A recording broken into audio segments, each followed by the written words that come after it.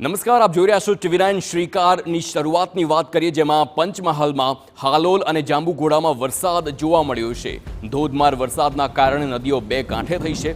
હાલોલના Shivrajpur પાસેનો check dam પણ overflow થયો, તો પાવાગઢ તળેટી વિસ્તારમાં પણ મુશળધાર વરસાદ અહીં જોવા મળ્યો છે।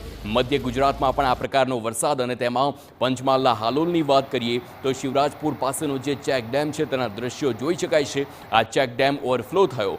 પાવાગઢ તળેટી વિસ્તારમાં પણ મુશળધાર વરસાદ છે, અને સતત આ વરસાદના કારણે ક્યાંક આ દ્રશ્યો જોઈ શકાય છે। જે કોઝવે છે તેને નુકસાન થયું છે, પરંતુ હાલ જે પાણી છે તેણે કોઝવેનું લેવલ નથી વટાવ્યું, અને થોડાક જ સમયમાં વટાવે તેવી શક્યતા। તો આ પ્રકારે પંચમહાલમાં વરસાદ, વાતાવરણમાં ઠંડક આવી છે, સાથે જ ખેડૂતો ખુશ છે, અને જે સ્થાનિક તળાવો હોય તે ભરાવાની શરૂઆત થઈ હોય, તો બીજી તરફ અલગ અલગ વિસ્તારની વાત કરીએ। પંચમહાલમાં શહેરી વિસ્તારમાં ખાસ કરીને ગોધરાની વાત હોય, કાલોલ હાલોલની વાત હોય, તો આ તમામ વિસ્તારોમાં વરસાદથી આપ જોઈ શકો છો કેવા દ્રશ્યો જોવા મળ્યા છે।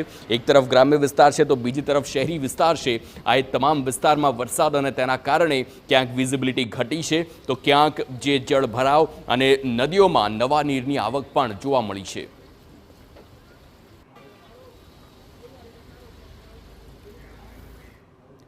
વડોદરા